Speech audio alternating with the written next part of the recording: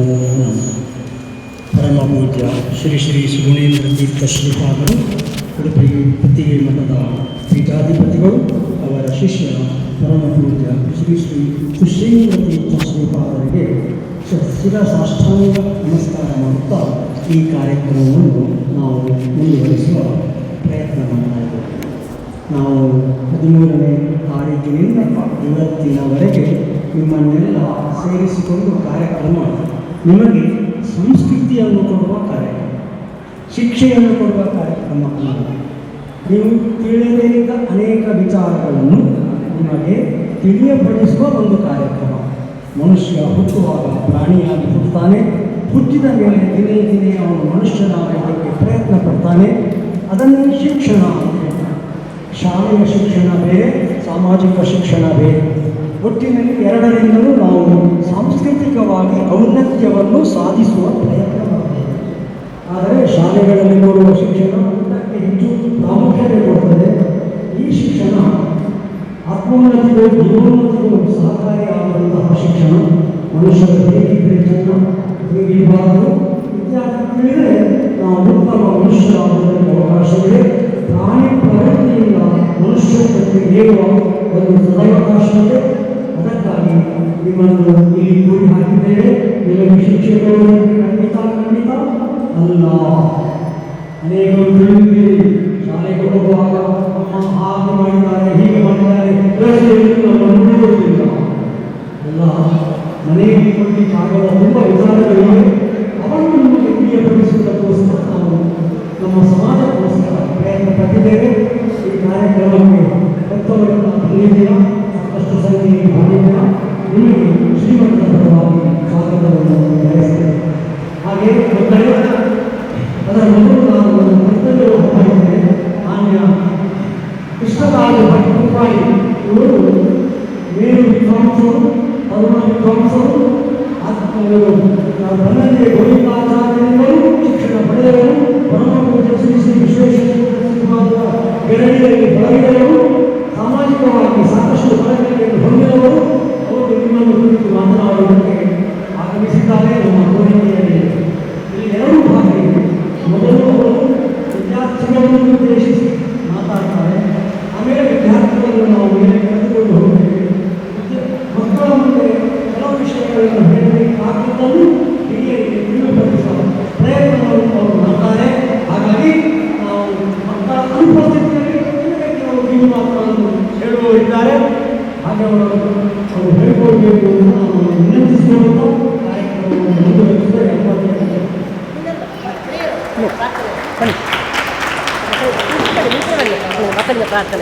ಮಕ್ಕಳು ಪ್ರಾರ್ಥನೆ ಮಾಡಿ.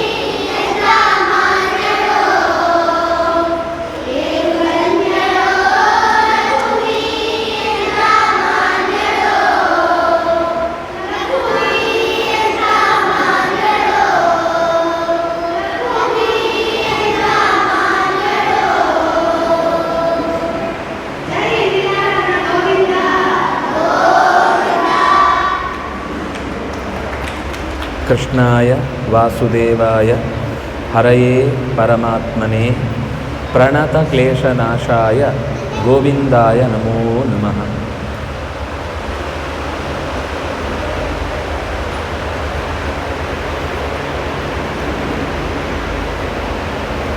ಶಿಬಿರ ಖುಷಿಯಾಗ್ತಾ ಇದೆಯೋ ಇಲ್ಲೋ? ಚೆನ್ನಾಗಿದೆಯೋ ಇಲ್ಲೋ? ತುಂಬ ಚೆನ್ನಾಗಿದೆಯಾ? ತಿಂಡಿ ಚೆನ್ನಾಗಿದೆಯಾ? ಪಾಠ ಚೆನ್ನಾಗಿದೆಯಾ? ತಿಂಡಿ ಚೆನ್ನಾಗಿಲ್ವಾ? ತಿಂಡಿನೂ ಚೆನ್ನಾಗಿದೆ, ಪಾಠನೂ ಚೆನ್ನಾಗಿದೆ. ಹೌದಾ? ಹಾಂ. ಎಷ್ಟು ಹಾಡು ಕಲ್ತ್ರಿ? ಎಷ್ಟು ಹಾಡು ಕಲ್ತ್ರಿ? 4, ಕೆಲವರು 5 ಕಲ್ತ್ಬಿಟ್ಟಿದ್ದಾರೆ. ಹಾಂ, ಒಟ್ಟು 4-5 ಕಲ್ತಿದ್ದೀನಿ. ನೀವೇನು ಕಲ್ತ್ರಿ? ಸ್ತೋತ್ರಗಳು, ಹಾಂ, ಸೂಕ್ತಗಳು, ಹಾಂ, ದೇವರ ಪೂಜೆನಾ, ವೇದ ಪಾಠ, ಅದೇ ಸೂಕ್ತಗಳು. ಹಾಂ, ಸರಿ. ನೆನಪಿದೆಯಾ ಕಲ್ತಿದ್ದು? ಮರ್ತು ಹೋಗಬಾರ್ದು. ಇದು ಪರೀಕ್ಷೆಯಲ್ಲಿ ಬರೆದ ಮೇಲೆ ಮರ್ತು ಹೋಗುತ್ತಲ್ಲ, ಹಾಗಾಗಬಾರ್ದು. ನಿಮ್ಗೆ ಲೈಫ್ ಲಾಂಗು ಈ ಹಾಡು, ಈ ಸ್ತೋತ್ರಗಳು ಬೇಕು. ಯಾಕೆಂದರೆ ಅದು ಮುಂದಿನ ವರ್ಷಕ್ಕೆ ಸಿಲೆಬಸ್, ಔಟ್ ಆಫ್ ಸಿಲೆಬಸ್ ಆಗಲ್ಲ ಅದು.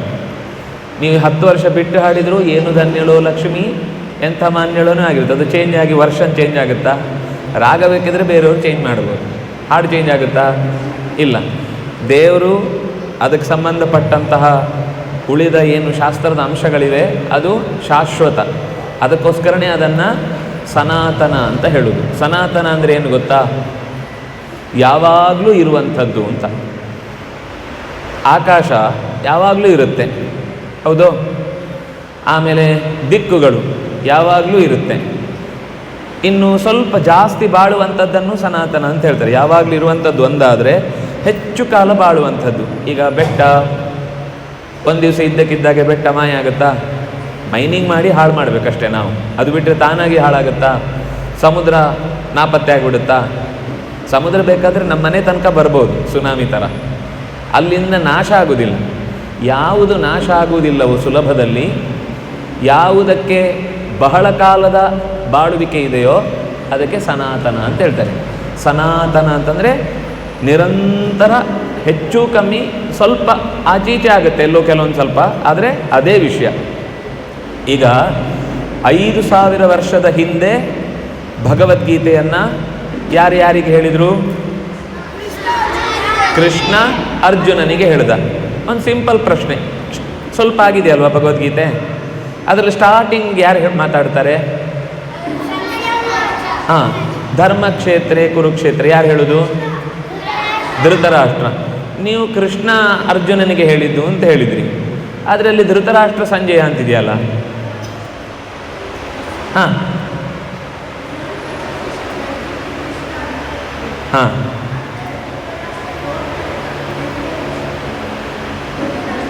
ಸಂಜಯ ದಿವ್ಯ ದೃಷ್ಟಿಯಿಂದ ನೋಡಿದ್ದನ್ನು ಧೃತರಾಷ್ಟ್ರನಿಗೆ ಹೇಳಿದ. ಏನು ಅಂತ? ಕೃಷ್ಣ ಅರ್ಜುನನಿಗೆ ಹೀಗೆ ಉಪದೇಶ ಮಾಡಿದ ಅಂತ. ಅರ್ಥ ಆಯ್ತಾ? ನೀವು ಕನ್ಫ್ಯೂಸ್ ಆಗಬಾರ್ದು. ಯಾರಾದರೂ ಕೇಳಿದರೆ ಅಯ್ಯೋ ಧೃತರಾಷ್ಟ್ರ ವಾಚ ಅಂತಿದೆ, ಕೃಷ್ಣ ಅರ್ಜುನ ಅಂತಿದೆ, ಯಾರಿಗೆ ಹೇಳಿದ್ದು? ಈಗ ನನಗೆ ನನ್ನ ಗುರುಗಳೇನು ಪಾಠ ಮಾಡಿದ್ರೋ ಅದನ್ನು ನಾನು ನಿಮ್ಗೆ ಹೇಳ್ತಾ ಇದ್ದೇನೆ. ನಾನು ಹೇಳುವಾಗ ಏನು ಹೇಳ್ತೇನೆ? ನನ್ನ ಗುರುಗಳು ಹೀಗೆ ಹೇಳಿದರು ಅಂತ ಹೇಳ್ತೇನೆ. ನೀವು ಮನೆಯಲ್ಲಿ ಏನು ಹೇಳ್ತೀರಿ? ಅವರ ಗುರುಗಳು ಹೀಗೆ ಹೇಳಿದರು ಅಂತ ನಮಗೆ ಈ ಗುರುಗಳು ಹೇಳಿದರು ಅಂತ ಹೇಳ್ತಿರೋ ಇಲ್ವೋ? ಹಾಗೆಯೇ ಧೃತರಾಷ್ಟ್ರ ಸಂಜಯನ ಕಾನ್ವರ್ಸೇಷನ್ನಲ್ಲಿ ಕೃಷ್ಣ ಅರ್ಜುನರ ಕಾನ್ವರ್ಸೇಷನ್ ಬಂತು. ಆದರೆ ಆ ಗೀತೆ ಎಷ್ಟು ಸಾವಿರ ವರ್ಷ ಹಿಂದೆ ಇದ್ದು?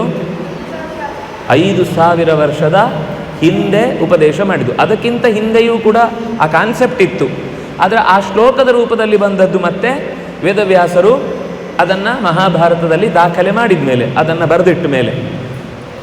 ನೋಡಿ, ಭಗವದ್ಗೀತೆ 5000 ವರ್ಷದಿಂದ ಅನೇಕ ಜನ ಓದ್ತಾ ಇದ್ದಾರೆ. ಅದೇ ಸಿಲೆಬಸ್ಸು. ಧರ್ಮಕ್ಷೇತ್ರ ಹೋಗಿ ಕರ್ಮಕ್ಷೇತ್ರ ಎಂತಾಗಿದೆಯಾ? ಇಲ್ಲ. ಧರ್ಮಕ್ಷೇತ್ರ ಕುರುಕ್ಷೇತ್ರ ಹೋಗಿ ಕರ್ಮಕ್ಷೇತ್ರ ನಾಗಪುರೇ ಇಲ್ಲ. ಸೇಮ್ ಅದೇ ಪದ್ಯವನ್ನು ಇವತ್ತಿಗೂ ನಾವು ಓದ್ತಾ ಇದ್ದೇವೆ. ಆದರೆ ನಿಮ್ಮ ಅಪ್ಪನ ಹತ್ರ ಕೇಳಿ, ಅವರು ಸೈನ್ಸ್ ಏನು ಓದಿದರು, ಅವರು ಮ್ಯಾಥ್ಸ್ ಏನು ಓದಿದರು, ಅವರು ಇನ್ಯಾವುದು ಗಣಿತ ಅಥವಾ ಸೋಷಿಯಲ್ ಸೈನ್ಸ್ ಏನು ಓದಿದ್ರು ಕೇಳಿ. ಅವರಿಗಿದ್ದ ಟೆಕ್ಸ್ಟ್ ಬುಕ್ಕೇ ಬೇರೆ, ನಿಮಗಿರುವ ಟೆಕ್ಸ್ಟ್ ಬುಕ್ಕೇ ಬೇರೆ. ಚೇಂಜ್ ಆಗ್ತಾನೇ ಇರುತ್ತೆ. ಯಾವುದು ಚೇಂಜ್ ಆಗ್ತಾ ಇರುತ್ತೋ ಅದು ಕಾಲಕ್ಕೆ ತಕ್ಕಂತೆ ಚೇಂಜ್ ಆಗುತ್ತೆ, ಅಗತ್ಯಕ್ಕೆ ತಕ್ಕಂತೆ. ಈಗ ನೀವು ಚಿಕ್ಕವರಿದ್ದಾಗ ಸಣ್ಣ ಲೋಟೆಯಲ್ಲಿ ನೀರು ಕುಡಿತಾ ಇದ್ರಿ ಅಲ್ವಾ? ಈಗ ದೊಡ್ಡವರಾದ್ಮೇಲೆ ಸ್ವಲ್ಪ ದೊಡ್ಡ ಲೋಟೆಯಲ್ಲಿ ತುಂಬ ನೀರು ಕುಡಿತೀರಿ. ಈಗ ಬೇಸಿಗೆಯಲ್ಲಂತೂ ಬಾಟ್ಲಿನೇ ಖಾಲಿ ಮಾಡ್ತೀರಿ, ಹೌದಾ? ನೀರೇ ಕುಡಿಯುವುದು, ಆದರೆ ಅದರ ಪ್ರಮಾಣ ಹೆಚ್ಚು ಕಮ್ಮಿ ಆಗ್ತಾ ಇರುತ್ತೆ, ಹೌದಾ? ಹಾಗೆಯೇ ನಿಮಗೆ ಹೇಳಿಕೊಡಬೇಕಾದ ಸಂಗತಿ ಈ ಕಾಲಕ್ಕೆ ಏನು ಬೇಕೋ ಅದನ್ನು. ಈಗ ನೋಡಿ, ಏನೇ ಚೇಂಜ್ ಆದರೂ ನಂಬರ್ ಚೇಂಜ್ ಆಗುತ್ತಾ? ಮ್ಯಾಥ್ಸಿನಲ್ಲಿ ನಿಮಗೆ ಹೇಳ್ಕೊಡುವ ಪಾಠ ಆಚೀಚೆ ಆಗುತ್ತೆ, ನಂಬರ್ಸ್ ಚೇಂಜ್ ಆಗುತ್ತಾ? ಅಕ್ಷರಗಳು ಚೇಂಜ್ ಆಗುತ್ತಾ? ಇಲ್ಲ. ಇಲ್ಲಿ ಕಲಿಯುವ ನಮ್ಮ ಮಾತೃಭಾಷೆ ಚೇಂಜ್ ಆಗುತ್ತಾ? ನಾವು ಮಾತೃಭಾಷೆಯಲ್ಲಿ ಇಂಗ್ಲೀಷ್ ಮಿಕ್ಸ್ ಮಾಡ್ತೇವೆ. ಟುಡೇ ಈವ್ನಿಂಗು ನಾನು ಮಾರ್ಕೆಟಿಗೆ ಹೋಗಿ ವೆಜಿಟೇಬಲ್ ಪರ್ಚೇಸ್ ಮಾಡಬೇಕು ಅಂತ ನಾವು ಕನ್ನಡ ಮಾತಾಡ್ತೀವಿ ಅಲ್ವಾ? ಈಗ ನಾನು ನಿಮಗೆ ವಾರ ಯಾವುದು ಕೇಳಿದರೆ ನೀವು ಸಂಡೇ ಅಂತೀರಿ, ಮಂಡೇ ಅಂತೀರಿ.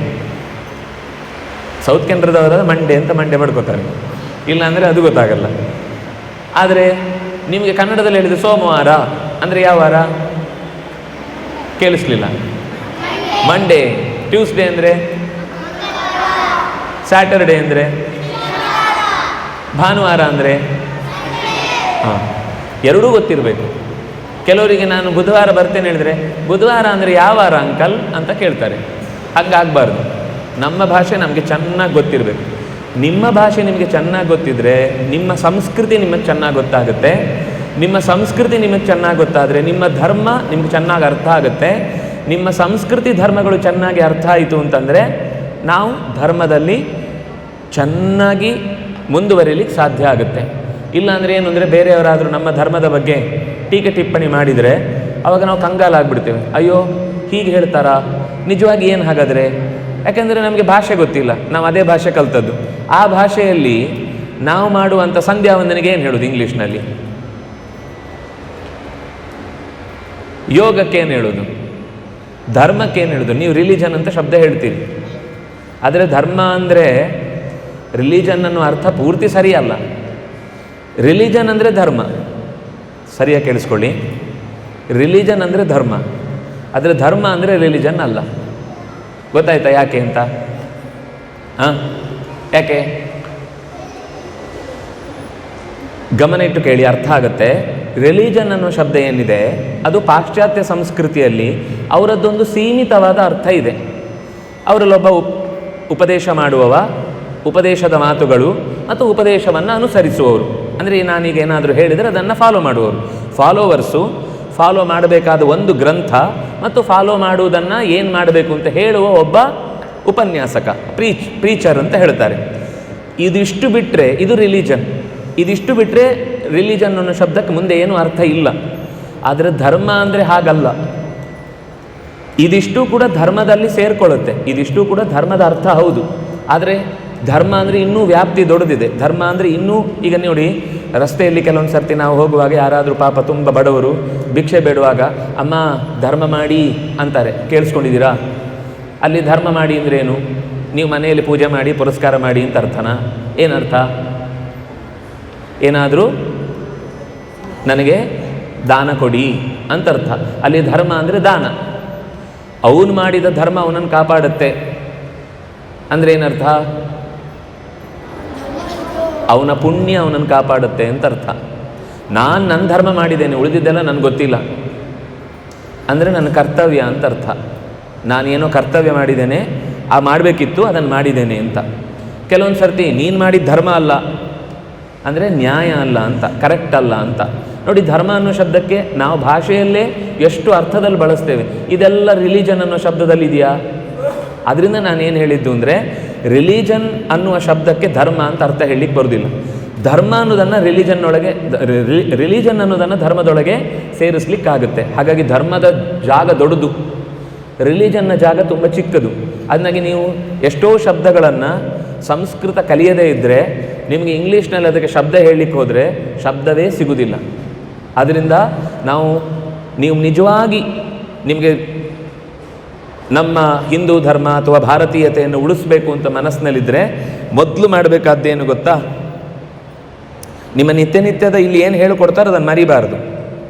ಇಲ್ಲಿ ಏನು ಹೇಳಿಕೊಡ್ತಾರೋ ಆಮೇಲೆ ಮನೇಲಿ ಹೋಗಿ ಮತ್ತೆ ಪ್ರಾಕ್ಟೀಸ್ ಮಾಡಬೇಕು. ಮತ್ತೆ ಮುಂದಿನ ವರ್ಷ ಮತ್ತೆ ಶಿಬಿರ ಶುರುವಾಗುವಾಗಲೇ ಪುಸ್ತಕ ತೆಗೆಯುವ ಹಾಗೆ ಆಗಬಾರ್ದು. ಏನು ಮಾಡಬೇಕು? ಪ್ರತಿ ದಿವಸ ಅದನ್ನು ಒಂದೇ ದಿವಸ ಇಷ್ಟು ಈಗ 10 ದಿವಸದಲ್ಲಿ ಹೇಳಿಕೊಟ್ಟದನ್ನು ಪ್ರತಿ ದಿವಸ ಹೇಳಲಿಕ್ಕಾಗದೇ ಇರ್ಬೋದು. ಆದರೆ 7 ದಿನ ಇದೆಯಲ್ವಾ ವಾರದಲ್ಲಿ, ಸೋಮವಾರ ಈ ಹಾಡು ಹೇಳ್ಕೊಳ್ತೇನೆ, ಮಂಗಳವಾರ ಈ ಹಾಡು ಹೇಳ್ಕೊಳ್ತೇನೆ, ಬುಧವಾರ ಈ ಸ್ತೋತ್ರ ಹೇಳ್ಕೊಳ್ತೇನೆ. ಜಪ ನಿತ್ಯ ಮಾಡಲೇಬೇಕಾದ್ದು. ಕೆಲವನ್ನು ನಿತ್ಯಕ್ಕೆ ನೀವು ಮಾಡಿಕೊಳ್ಳೇಬೇಕು. ದೇವ್ರ ಮುಂದೆ ಕೂಡ್ತಿರೋ ಇಲ್ವೋ? ಈಗ ದೇವರು ನಮಗೆ ಎಷ್ಟು ಉಪಕಾರ ಮಾಡಿದ್ದಾನೆ. ನಾವೀಗ ಕಣ್ಣು ಮೂಗು ಬಾಯಿ ಎಲ್ಲಿಂದಾದರೂ ಅಂಗಡಿಯಿಂದ ತಂದು ಇಟ್ಕೊಂಡಿದ್ದ ಅಲ್ಲ ಅಲ್ವಾ? ನಮಗೆ ಫ್ರೀ ಕೊಟ್ಟಿದ್ದಾರೆ. ಈಗ ಒಂದು ಕಣ್ಣು ಹೋದರೆ ಮತ್ತೊಂದು ಕಣ್ಣು ಅಂಗಡಿಯಿಂದ ತರಬೇಕು, ಆಸ್ಪತ್ರೆಯಿಂದ ಹಾಕ್ಕೊಳ್ಬೇಕು ಅಂದರೆ ಲಕ್ಷಗಟ್ಟಲೆ ಖರ್ಚಿದೆ. ದೇವರು ನಮ್ಮ ಹತ್ರ ಲಕ್ಷ ಇಸ್ಕೊಂಡಿದ್ದಾನ? ಗಾಳಿ ಸಿಗ್ತಾ ಇದೆ, ಫ್ರೀಯಾಗಿ ಸಿಗ್ತಾ ಇದೆ. ಆಕ್ಸಿಜನ್ ಪ್ರಾಬ್ಲಮ್ ಬಂದಾಗ ಆಗ ಕೋಟಿ ಕೋಟಿ ರೂಪಾಯಿ ಅವ್ಯವಹಾರ ಆಗುತ್ತೆ, ಅದು ಬೇರೆ ಪ್ರಶ್ನೆ. ಆದರೆ ನಿಜವಾಗಿ ಪ್ರಕೃತಿಯಲ್ಲಿ ನಮಗೆ ನೀರು, ಗಾಳಿ, ಬೆಳಕು ಫ್ರೀ. ಸೂರ್ಯ ಯಾವತ್ತಾದರೂ ನಾನಿಷ್ಟು ಕಿರಣಗಳನ್ನು ನಿಮಗೋಸ್ಕರ ನಿಮ್ಮ ಮನೆಗೆ ಚೆಲ್ಲಿದ್ದೇನೆ, ನಾಳೆಯಿಂದ ನೀವು ನನಗಿಷ್ಟು ಬಿಲ್ ಸಬ್ಸಿಡಿ ಇಲ್ಲದೆ ಕಟ್ಟಬೇಕು ಅಂತ ಹೇಳಿದರೆ ಆಗುತ್ತಾ? ಪ್ರಕೃತಿ ಮಾಡಿದ ಉಪಕಾರ ನಮಗೆ ಲೆಕ್ಕಕ್ಕೆ ಸಿಗದಷ್ಟು. ಅದು ಯಾರು ಕೊಟ್ಟದ್ದು? ದೇವರು ಕೊಟ್ಟದ್ದು. ಹಾಗಾಗಿ ದೇವರಿಗೆ ನಾವು ವಾಪಸ್ ಥ್ಯಾಂಕ್ಸ್ ಹೇಳಬೇಕಾ ಬೇಡವೋ? ಅದಕ್ಕೋಸ್ಕರ ನೀವು ನಿತ್ಯದಲ್ಲಿ ಬೆಳಗ್ಗೆ ಎದ್ದು ದೇವರ ಮುಂದೆ ಕೂತ್ಕೊಂಡು ಒಂದಿಷ್ಟು ಸ್ತೋತ್ರ ಹೇಳುವುದು, ಜಪ ಮಾಡುವುದು, ಪೂಜೆ ಮಾಡುವುದು. ಏನಾದರೂ ಏನು ಗೊತ್ತಿಲ್ವಾ, ಕಣ್ಣು ಮುಚ್ಕೊಂಡು ದೇವರ ಮುಂದೆ ಕೂತ್ಕೊಂಡು ನಿಮ್ಮ ಮನಸ್ಸಲ್ಲಿ ಏನೇನೇನು ಒಳ್ಳೇದು ಮಾಡಬೇಕು ಅಂದ್ಕೊಂಡಿದ್ರೆ ಎಲ್ಲ ದೇವ್ರ ಮುಂದೆ ಹೇಳ್ಕೊಳ್ಳಿ. ನಿನ್ನೆ ದಿವಸ ಏನೇನು ತಪ್ಪು ಮಾಡಿದೆವೋ ಅದೆಲ್ಲ ದೇವ್ರ ಮುಂದೆ ಹೇಳ್ಕೊಂಡು ನಾಳೆಯಿಂದ ಈ ತಪ್ಪು ನನ್ನಂದ್ರೆ ಆಗದ ಹಾಗೆ ದೇವರೇ ನನ್ನನ್ನು ಕಾನ್ಫಿಡೆನ್ಸಲ್ಲಿ ಇರುವ ಹಾಗೆ ಮಾಡು. ನನಗೆ ಓದ್ಕೊಳ್ಬೇಕು, ಚೆನ್ನಾಗಿ ಓದ್ಲಿಕ್ಕೆ ಮನಸ್ಸು ಕೊಡು. ನಮ್ಮ ಅಪ್ಪ ಅಮ್ಮನ ಜೊತೆಗೆ ನಾನು ಪ್ರೀತಿಯಿಂದ ಇರುವ ಹಾಗೆ ಮಾಡು. ನನ್ನ ಫ್ರೆಂಡ್ಸ್ ಜೊತೆಗೆ ನಾನು ಚೆನ್ನಾಗಿ ಬೆರೆಯುವ ಹಾಗೆ ಮಾಡು. ನನ್ನ ಸುತ್ತ ಇದ್ದ ಎಲ್ಲರ ಜೊತೆಗೂ ನಾನು ಯಾವತ್ತೂ ಜಗಳಾಡದಂತೆ ನನಗೆ ಬದುಕಲಿಕ್ಕೆ ಶಕ್ತಿ ಕೊಡು ಅಂತ ದೇವ್ರ ಹತ್ರ ನಿಮ್ಗೆ ಏನು ಅನಿಸುತ್ತೆ ಪ್ರಾಮಾಣಿಕವಾಗಿ ಒಳಗಿನಿಂದ ಅದನ್ನು ಪ್ರಾರ್ಥನೆ ಮಾಡಿ. 5 ನಿಮಿಷ ಮಾತ್ರ ದೇವ್ರ ಮುಂದೆ ಕೂತ್ಕೊಳ್ಳೇಬೇಕು. ದೇವರು ಎಲ್ಲ ಕಡೆ ಇದ್ದಾನೆ. ಆದರೆ ದೇವ್ರು ಇದ್ದಾನೆ ಅಂತ ಕಾಣೋದು ನಮ್ಮ ದೇವ್ರ ಕೋಣೆಯಲ್ಲಿ. ಅಡಿಗೆ ಮನೆಯಲ್ಲಿ ಸಾರು ಕೊತ ಕುದಿಯುವಾಗ ದೇವ್ರು ನೆನಪಾಗುತ್ತಾ? ಪರಿಮಳ ಬರುತ್ತೆ, ಹಸಿವಾಗ್ತಾ ಇರುತ್ತೆ ಅಲ್ವಾ? ಯಾರಿಗೆ ಸಾರಲ್ಲೂ ದೇವ್ರು ಕಾಣ್ತಾನೆ ಅಂಥವ್ರು ಮತ್ತೆ ದೇವ್ರ ಕೋಣೆ ಮಾಡಬೇಕಾಗಿಲ್ಲ. ಅದು ಅಂಥ ದೊಡ್ಡ ಜ್ಞಾನಿಗಳ ಕಥೆ. ಅದು ನಾವೆಲ್ಲ ಅಷ್ಟೆಲ್ಲ ನೆನಪಾಗೋದಿಲ್ಲ. ನಮಗೆ ದೇವರ ಫೋಟೋ ನೋಡುವಾಗಲೇ ನೆನಪಾಗಲ್ಲ, ಇನ್ನು ಬಿಟ್ಟರೆ ನೆನಪಾಗುತ್ತಾ? ದೇವರು ಎಲ್ಲ ಕಡೆ ಇದ್ದರೂ ಕೂಡ ದೇವ್ರ ಕೋಣೆ ಯಾಕೆ ಬೇಕು ಅಂದರೆ, ಯಾರೋ ಒಬ್ಬ ದಾರಿಯಲ್ಲಿ ಒಬ್ಬ ಸೈಕಲಲ್ಲಿ ಹೋಗ್ತಿದ್ದಂತೆ. ಹೋಗುವಾಗ ಅವನ ಸೈಕಲಲ್ಲಿ ಎದುರುಗಡೆ ಲೈಟ್ ಇರಲಿಲ್ಲ. ಆಗ ಎಲ್ಲ ಕಾನೂನು ಏನು ಅಂದರೆ, ಲೈಟ್ ಇದ್ದರೆ ದಾರಿಯಲ್ಲಿ ಹೋಗ್ಲಿಕ್ಕೆ ಪರ್ಮಿಷನ್, ಇಲ್ಲ ಅಂದರೆ ಇಲ್ಲ ಅಂತ. ಲೈಟ್ ಇರಲಿಲ್ಲ. ಒಬ್ಬ ಮಧ್ಯದಲ್ಲಿ ಟ್ರಾಫಿಕ್ ಪೊಲೀಸ್ ಬಂದು ನಿಲ್ಲಿಸಿದ. ಏಯ್ ಏನೋ ಲೈಟ್ ಹಾಕೊಳ್ಳೋದು ಓಡಾಡ್ತಿದ್ಯಲ್ಲ, ಬುದ್ಧಿ ಇಲ್ವ ನಿನಗೆ ಅಂತ ಬೈದು. ಸಾರ್ ಎಲ್ಲ ಕಡೆ ಬೀದಿ ದೀಪ ಇದೆಯಲ್ಲ ಸಾರ್, ಅದಕ್ಕೆ ಹಾಕ್ಕೊಂಡಿಲ್ಲ ಅಂದ. ಸಿಟ್ಟು ಬಂತು ಅವನಿಗೆ. ಏನು ಉತ್ತರ ಕೊಡಬೇಕು ಅಂತ ಪಕ್ಕ ಗೊತ್ತಾಗಲಿಲ್ಲ. ಯಾಕಂದರೆ ಎಲ್ಲ ಕಡೆ ಬೀದಿ ದೀಪ ಇತ್ತು, ಹೌದು. ತಕ್ಷಣ ಏನು ಮಾಡ್ದ ಅಂದರೆ, ಅವನು 2 ಟೈರ್ದು ಗಾಳಿ ತೆಗೆದುಬಿಟ್ಟ. ಸಾರ್ ಯಾಕೆ ಸರ್ ಗಾಳಿ ತೆಗಿತಾ ಇದ್ದೀರಿ? ಅಲ್ಲಪ್ಪ, ಗಾಳಿ ಎಲ್ಲ ಕಡೆ ಇದೆಯಲ್ವಾ, ಸೈಕಲ್ ಹೊಡ್ಕೊಂಡು ಹೋಗು, ಮನೆ ತನಕ ನೀನು ಆರಾಮಾಗಿ ಹೋಗ್ಬೋದು ಅಂತ. ಎಲ್ಲ ಕಡೆ ಗಾಳಿ ಇದ್ದರೂ ಮತ್ತೆ ಪಂಪ್ ಮಾಡಿ ಟೈರ್ ಒಳಗೆ ಯಾಕೆ ಹಾಕಬೇಕು ಹೇಳಿದರೆ, ನಾವು ಗಾಡಿಯಲ್ಲಿ ಅಷ್ಟು ದೂರ ಹೋಗಬೇಕು, ನಮಗೆ ವಾಹನ ಚಲಿಸಬೇಕು ಅಂದರೆ ಗಾಳಿ ಬೇಕೇ ಬೇಕು. ಉಸಿರಾಡಿದ್ರೆ ಆಗುತ್ತಾ? ಗಾಡಿ ಹೋಗುತ್ತಾ? ಟೈರ್ ಪಂಚರ್ ಆಗಿದೆ, ನಾನು ಅಂತ ಏದುಸಿರು ಬಿಟ್ಟರೆ ಗಾಡಿ ಹೋಗುತ್ತಾ? ಇಲ್ಲ. ಹಾಗೆಯೇ ಎಲ್ಲ ಕಡೆ ಗಾಳಿ ಇದ್ದರೂ ಟೈರಿಗೆ ಪ್ರತ್ಯೇಕ ಗಾಳಿ ತುಂಬಿಸ್ಬೇಕು ಹೇಗೋ, ಎಲ್ಲ ಕಡೆ ದೇವರಿದ್ದರೂ ಕೂಡ ನಾವೊಂದು ಕಡೆ ದೇವರ ಕೋಣೆಯಲ್ಲಿ ದೇವರ ಪ್ರತಿಮೆನ್ನಿಟ್ಟು ನಮಸ್ಕಾರ ಮಾಡುವಾಗ ಆ ಎಚ್ಚರ ಬರುತ್ತೆ ನಮಗೆ. ದೇವರೆಲ್ಲ ಕಡೆ ಇದ್ದರೂ ಕೂಡ ನಮಗೆ ನೆನಪಾಗೋದು ದೇವರ ಕೋಣೆ ನೋಡಿದಾಗ. ಕೆಲವರು ದೇವರ ಕೋಣೆ ಬಾಗಿಲಾಕಿ ಆಮೇಲೆ ದೇವರನ್ನು ಮರೆತು ಬಿಡ್ತಾರೆ. ಹಾಗಾಗಬಾರ್ದು. ದೇವರ ಕೋಣೆಯಲ್ಲಿ ದೇವರನ್ನು ನೆನಪಿಸ್ಕೊಳ್ಳೋದು ಯಾಕೆ ಅಂದರೆ, ಎಲ್ಲ ಕಡೆಯಲ್ಲೂ ದೇವರಿದ್ದಾನೆ ಅಂತ ನಮಗೆ ಗೊತ್ತಾಗಲಿಕ್ಕೆ ಅಲ್ವಾ? ಹಾಗಾಗಿ ಪ್ರತಿ ದಿವಸ ನಿತ್ಯದಲ್ಲಿ ಇಲ್ಲೇನು ಹೇಳಿಕೊಟ್ಟಿದ್ದಾರೆ ಅದನ್ನು ಬಿಡಬಾರ್ದು. ಸರಿನಾ? ಯಾರೆಲ್ಲ ಕರೆಕ್ಟಾಗಿ ನಾನೀಗ ಹೇಳಿದ ರೂಲನ್ನು ಫಾಲೋ ಮಾಡಲ್ಲ ಕೈ ಎತ್ತಿ. ಯಾರು ಮಾಡಲ್ವಾ? ಯಾರು ಮಾಡ್ತೀರಿ ಕೈ ಎತ್ತಿ? ಕರೆಕ್ಟಾಗಿ ಕೇಳಿಸ್ಕೊತಿದ್ದೀರಿ, ಪರವಾಗಿಲ್ಲ. ಕೈ ಇಳಿಸಿ. 2ನೇದು, ಇದು ನೀವು ಅಮ್ಮ ಅಪ್ಪನ ಹತ್ರ ಸ್ವಲ್ಪ ಜಗಳ ಆಡಬೇಕು ಈ ವಿಷಯಕ್ಕೆ. ಏನು ಅಂದರೆ, ಸಂಸ್ಕೃತ ಕಲಿಬೇಕು. ಏನು ಕಲಿಬೇಕು? ಏನು ಕಲಿಬೇಕು? ಕೇಳಿಸ್ಲಿಲ್ಲ, ಸ್ವರನೇ ಬರಲಿಲ್ಲ. ಮನೆಯಲ್ಲಿ ಶಾಲೆಗೆ ಹೋಗಲಿಕ್ಕೆ ಎಲ್ಲಿಯಾದರೂ ಆಪ್ಷನ್ ಇದ್ದರೆ ಸಂಸ್ಕೃತನೇ ತಗೊಳ್ಬೇಕು. ನೀವು ನೋಡಿ, ಶುಕ್ಲಾಂಬರಧರಂ ವಿಷ್ಣುಂ ಶಶಿವರ್ಣಂ ಚತುರ್ಭುಜಂ ಪ್ರಸನ್ನವದನಂ ಧ್ಯಾಯೇತ್ ಸರ್ವ ವಿಘ್ನೋಪಶಾಂತೆ ಹೇಳ್ಕೊಳ್ತೀರೋ ಇಲ್ವೋ? ಈ ಶ್ಲೋಕಕ್ಕೆ ಏನರ್ಥ? ಸಿಂಪಲ್. ಇದು ಯಾರನ್ನು ಹೇಳುತ್ತೆ? ಸರಿ ಯೋಚನೆ ಮಾಡಿ ಹೇಳಿ. ವಿಷ್ಣು. ಒಬ್ಬ ವಿಷ್ಣು ಅಂದ. ಬೇರೆ ಆಪ್ಷನ್ ಗಣೇಶ. ನೋಡಿ ಕರೆಕ್ಟ್. ನೀನು ಎಂಥದೋ ಮರೆಯ ವಿಷ್ಣು ಅಂತ ಹೇಳ್ತಾ ಇದ್ದೀಯಲ್ಲ. ನೋಡು ಅವ್ರು ಗಣೇಶ ಅಂತ ಹೇಳ್ತಿದ್ದಾರೆ. ಈಗ ಗಣೇಶನ ವಿಷ್ಣು? ಗಣೇಶ ಹೇಳೋರು ಕೈ ಎತ್ತಿ. ವಿಷ್ಣು ಹೇಳೋರು ಕೈ ಎತ್ತಿ. ನೋಡಿ ಮೆಜಾರಿಟಿ ಎಷ್ಟು ಕಮ್ಮಿ ಇದೆ. ನೀವು ಫೇಲ್. ಇವತ್ತಿನ ಪ್ರಜಾಪ್ರಭುತ್ವದಲ್ಲಿ ನೀವು ಫೇಲ್. ಕೈ ಇಳಿಸಿ. ಈಗ ನಾನು ನಿಮಗೆ ಸಂಸ್ಕೃತ ಇಬ್ಬರಿಗೂ ಗೊತ್ತಿದ್ದಿದ್ರೆ ನೀವು ಜಗಳನೇ ಆಡ್ತಿರ್ಲಿಲ್ಲ. ಸರಿ, ಆ ಶ್ಲೋಕದ ಮೇಲ್ನೋಟದ ಅರ್ಥ ತಿಳ್ಕೊಂಡು ತುಂಬ ಡೀಟೇಲ್ ಆಗಿ ವ್ಯಾಖ್ಯಾನ, ಶಬ್ದ ವಿವರಣೆ, ಸಂಧಿ, ಸಮಾಸ ಯಾವುದು ಬೇಡ. ಶುಕ್ಲ ಅಂದರೆ ಬಿಳಿ ಅಂತ ಅರ್ಥ. ನಾನು ಹೇಳಿಬಿಡ್ತೇನೆ. ಶುಕ್ಲಾಂಬರ ಧರ. ಶುಕ್ಲ ಅಂಬರ ಧರ. ಶುಕ್ಲ ಅಂದರೆ ಬಿಳಿ, ಅಂಬರ ಅಂದರೆ ಬಟ್ಟೆ, ಧರ ಅಂದರೆ ಉಟ್ಟುಕೊಂಡವ, ಬಿಳಿಯಾದ ಬಟ್ಟೆಯನ್ನು ಉಟ್ಟವ. ಶುಕ್ಲಾಂಬರ ಧರಂ. ಮುಂದೇನಿದೆ? ಕೇಳಿಸ್ಲಿಲ್ಲ. ವಿಷ್ಣು. ವಿಷ್ಣು ಮುಂದ್ರೆ ಗಣೇಶ ಅಂತ ಅರ್ಥ ಅಲ್ವಾ? ಅಲ್ವಾ? ವಿಷ್ಣು ಮುಂದ್ರೆ ಗಣೇಶ ಅಂತ ಅರ್ಥ ಅಲ್ವಾ? ಶುಕ್ಲಾಂಬರಧರಂ ಗಣೇಶಂ ಆಗಬೇಕಿತ್ತು. ತಪ್ಪಿ ಯಾರೋ ಸ್ಪೆಲ್ಲಿಂಗ್ ಮಿಸ್ಟೇಕ್ ಮಾಡಿಬಿಟ್ಟಿದ್ದಾನೆ ಅಲ್ವಾ? ಶುಕ್ಲಾಂಬರಧರಂ ವಿಷ್ಣುಂ. ನೋಡಿ, ನೀವು ನಿತ್ಯದಲ್ಲಿ ದೇವರ ಮುಂದೆ ಕೇಳುವ ಪ್ರಾರ್ಥನೆ ಏನು ಹೇಳ್ತಾ ಇದೆ ಅಂತ ಗೊತ್ತಿಲ್ಲ ನಮಗೆ. ನಾನೇನು ಸಂಸ್ಕೃತದ ಮಹಾಗ್ರಂಥಗಳ ವ್ಯಾಕರಣದ ಶ್ಲೋಕ ಏನೂ ಕೇಳಲಿಲ್ಲ. ನಾನು ಕೇಳಿದ್ದು ನಿತ್ಯ ನಿಮಗೆ ಇದು ಗೊತ್ತಿಲ್ಲದವ ಮನುಷ್ಯನೇ ಅಲ್ಲೋ ಅನ್ನುವ ಶ್ಲೋಕವನ್ನು ನಾನು ಕೇಳಿದ್ದು. ಎಲ್ರಿಗೂ ಗೊತ್ತು. ಈ ಶ್ಲೋಕ ಯಾರಿಗೂ ಗೊತ್ತಿಲ್ಲ? ಯಾರಿಗೂ ಗೊತ್ತಿಲ್ಲ ಹೇಳಿ, ಕೈ ಎತ್ತಿ. ಕನಿಷ್ಠ ಪಕ್ಷ ಬಾಯಿಗೆ ಬರದಿದ್ರು ಕೇಳಿ ಅಂತೂ ಇದ್ದೀರಾ? ಹೌದಾ? ಸರಿ, ಹಾಗಾದರೆ ವಿಷ್ಣು. ಈಗ ಶ್ಲೋಕಕ್ಕಂತೂ ಅರ್ಥ ಹೀಗೆ ನೋಡೋಣ. ವಿಷ್ಣು ಅಂದ್ರೆ ಏನು? ವಿಷ್ಣು ಅಂತಾನೆ. ಗಣೇಶ ಅಂತ ಅರ್ಥ ಆಗುತ್ತಾ? ಇಲ್ಲ. ಶುಕ್ಲಾಂಬರಧರಂ ವಿಷ್ಣು. ಮುಂದೆ ಏನಿದೆ? ಶಶಿವರ್ಣಂ ಚತುರ್ಭುಜಂ. ಶಶಿ ಅಂದರೆ ಚಂದ್ರನಿಗೆ ಹೆಸರು. ವರ್ಣ ಅಂದರೆ ಬಣ್ಣ. ವರ್ಣ ಬಣ್ಣ. ತತ್ಸಮ ತದ್ಭವ. ಶಶಿ ಅಂದರೆ ಚಂದ್ರನಂತೆ ಬೆಳ್ಳಗಿರುವವ. ಅವನ ಬಟ್ಟೆಯೂ ಬೆಳ್ಳಗಿದೆ, ಅವನೂ ಬೆಳ್ಳಗಿದ್ದಾನೆ. ಶಶಿವರ್ಣಂ. ಆಮೇಲೇನು? ಚತುರ್ಭುಜಂ ಅಂದರೆ 4 ಕೈ, 4 ತೋಳುಗಳು, ಕೈಗಳು ಇರುವವನು. 4 ಕೈಯಲ್ಲಿ ಏನೇನಿರುತ್ತೆ? ಶಂಖ ಚಕ್ರ ಗದಾ ಪದ್ಮ. ಶಂಖ ಚಕ್ರ ಗದಾ ಪದ್ಮ. ಚತುರ್ಭುಜಂ. ಆಮೇಲೆ ಪ್ರಸನ್ನವದನಂ. ಏನರ್ಥ ಪ್ರಸನ್ನವದನ ಅಂದರೆ? ನಗುವ, ಯಾವಾಗಲೂ ನಗುವ ಮುಖದಿಂದ ಕೂಡಿದವ. ನಮ್ಮ ಹಾಗೆ ಹುಬ್ಬು ಗಂಟು ಹಾಕೊಂಡು ಅಂತ ಸಿಟ್ಟಲ್ಲಿರೋನಲ್ಲ ಅವನು. 24 ಗಂಟೆ ಬಾರ್ 7 ಯಾವಾಗಲೂ ನಗ್ತಾ ಇರ್ತಾನೆ. ನಗುದು ಅಂದರೆ ಹುಚ್ಚು ಅಂತಲ್ಲ. ಕೆಲವರು ಹುಚ್ಚು ನಗ್ತಾ ಇರ್ತಾರೆ, ಹಾಗಲ್ಲ. ನಗುದು ಅಂದರೆ ಪ್ರತಿಯೊಂದನ್ನು ಕಂಡಾಗಲೂ ಅವನಿಗೆ ಸಂತೋಷ ಆಗ್ತಾ ಇರುತ್ತೆ. ಮಕ್ಕಳು ಎಷ್ಟು ಚೆನ್ನಾಗಿ ಹಾಡ್ತಾರೆ, ಮಕ್ಕಳು ಎಷ್ಟು ಚೆನ್ನಾಗಿ ಜಪ ಮಾಡ್ತಾರೆ, ಮಕ್ಕಳು ಎಷ್ಟು ಚೆನ್ನಾಗಿ ಪ್ರಶ್ನೆಗಳಿಗೆ ಉತ್ತರ ಕೊಡ್ತಾರೆ ಅಂತ ಪ್ರತಿಯೊಂದನ್ನು ಆನಂದ ಪಡ್ತಾ ಇರ್ತಾನೆ. ಅದು ಅವನ ಸಹಜ ಗುಣ. ಪ್ರಸನ್ನ ವದನಂ. ಮುಂದೇನು? ಧ್ಯಾಯೇತ್. ಧ್ಯಾಯೇತ್ ಅಂದರೆ ಬೇಡ, ಸಾಮಾನ್ಯ ಅರ್ಥ. ಧ್ಯಾನ ಶಬ್ದ ಕೇಳಿದ್ದೀರಾ? ಧ್ಯಾನ ಅಂದರೆ, ಧ್ಯಾಯೇತ್ ಅಂದರೆ ಧ್ಯಾನ ಮಾಡಬೇಕು. ಏನರ್ಥ? ಕೇಳಿಸ್ಲಿಲ್ಲ? ಆಯಿತು. ಧ್ಯಾನ ಅಂದರೆ ಏನು? ಮೆಡಿಟೇಷನ್. ಶಬ್ದ ಹೇಳಿದ್ರಿ. ಅಂದರೆ ಏನು? ಮೆಡಿಟೇಷನ್ ಮಾಡೋದು ಅಂದರೆ ಏನು? ದೇವರ ಸ್ಮರಣೆ. ಅದು ಸ್ಮರಣೆ ಆಯಿತು. ಧ್ಯಾನ ಯಾಕೆ? ಕರೆಕ್ಟು. ಉತ್ತರ ಇದೆ, ಆದರೆ ನಿಮಗೆ ಎರಡಕ್ಕೂ ವ್ಯತ್ಯಾಸ ಗೊತ್ತಿಲ್ಲ ಅಂತಷ್ಟೇ. ಮನಸ್ಸಿನಲ್ಲಿ ಶಾಂತಿಯಿಂದ ಇರುವುದು ಅಂತನಾ? ಹಾಗಾದರೆ ದೇವರು ಯಾಕೆ? ದೇವರು ಇಲ್ಲದೇ ಇದ್ರೂ ಹಿಂಗೆ ಗೂಬೆ ಥರ ಕೂತಿದ್ರು ಆಗುತ್ತೆ.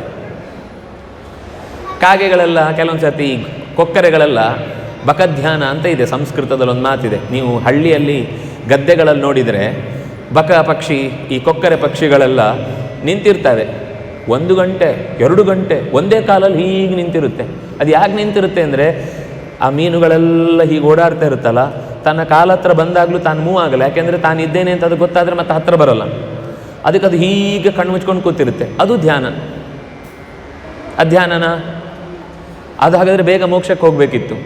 ನಮಗಿಂತ ಹೆಚ್ಚು ಧ್ಯಾನ ಮಾಡುತ್ತೆ. ನಮ್ಗೆ 5 ನಿಮಿಷ ಕೂತ್ಕೊಳ್ಳಿಕ್ಕಾಗಲ್ಲ, ಅದು 1 ಗಂಟೆ ಕೂತ್ಕೊಳ್ಳುತ್ತೆ. ಹಾಗೆ ದೇವರ ಸ್ಮರಣೆಯ ಜೊತೆಗೆ ಮನಸ್ಸಿನಲ್ಲಿ ದೇವರ ರೂಪವನ್ನು ಕಾಣುವ ಪ್ರಯತ್ನ. ನಮ್ಮ ಒಳಗೆ ಹೃದಯದಲ್ಲಿ ಒಂದು ಕಮಲ ಅಂತಿದೆ. ಕಮಲ ಅಂದರೆ ಈ ಹೊರಗಿನ ಲೋಟಸ್ ಅಂತಲ್ಲ, ಹೃದಯದಲ್ಲೇ ಒಂದು ಜಾಗ ಇದೆ. ಹೃದಯ ಇದೆಯಾ, ಅದನ್ನೇ ಅವರು ಕಮಲದ ಹಾಗೆ ಹೇಳುವುದು. ಆ ಹೃದಯದ ಮಧ್ಯದಲ್ಲಿ ಭಗವಂತನನ್ನು ನಾವು ಕಾಣಲಿಕ್ಕೆ ಬರುತ್ತೆ. ಅದು ಆಪರೇಷನ್ ಮಾಡಿದರೆ ಕಾಣೋದಿಲ್ಲ. ಕಾಣುತ್ತಾ? ಇಲ್ಲ, ಬಡ್ಕೊಳ್ತಾ ಇರುತ್ತಷ್ಟೇ. ಆ ಬಡ್ಕೊಳ್ಳೋದಕ್ಕೊಂದು ಕಾರಣ ಇದೆಯಲ್ವಾ? ಅಲ್ಲಿ ಯಾವುದು ಶೆಲ್ ಹಾಕಿಲ್ಲ. ಹಾಕಿದ್ದಾರೆ ಯಾರಾದರೂ? ಅಲ್ಲಿ ಯಾರು ಕರೆಂಟ್ ವೈರ್ ಕನೆಕ್ಷನ್ ಕೊಟ್ಟಿದ್ದಾರಾ? ಇಲ್ಲ. ಆದರೂ ಬಡ್ಕೊಳ್ತಾ ಇರುತ್ತಲ್ಲ. ಆ ಬಡ್ಕೊಳ್ಳೋದಕ್ಕೆ ಕಾರಣನಾಗಿ ಒಬ್ಬ ಇದ್ದಾನೆ, ಅದೇ ದೇವರು. ಆ ದೇವರು ನಿರಂತರ ಕೆಲಸ ಮಾಡ್ತಾ ಇದ್ದಾನೆ ಅಂತ ನಾವು ಮನಸ್ಸಿನಲ್ಲಿ ಒಳಗಿನಿಂದ ಚಿಂತನೆ ಮಾಡಿದರೆ ಅದು ಧ್ಯಾನ. ಈ ಬಿಳಿಯಾದ ಬಟ್ಟೆಯನ್ನು ಉಟ್ಟ 4 ತೋಳುಗಳಲ್ಲಿ ಆಯುಧಗಳನ್ನು ಹೊತ್ತ ಯಾವಾಗಲೂ ನಗುವ ಮುಖದಿಂದ ಎಲ್ಲರನ್ನು ಪ್ರೀತಿಯಿಂದ ಕಾಣುವ ಭಗವಂತನನ್ನು ಧ್ಯಾಯೇತ್, ಒಳಗಿನಿಂದ ಚಿಂತಿಸಬೇಕು. ಯಾಕೆ? ಸರ್ವ ವಿಘ್ನೋಪ ಶಾಂತಯೇ.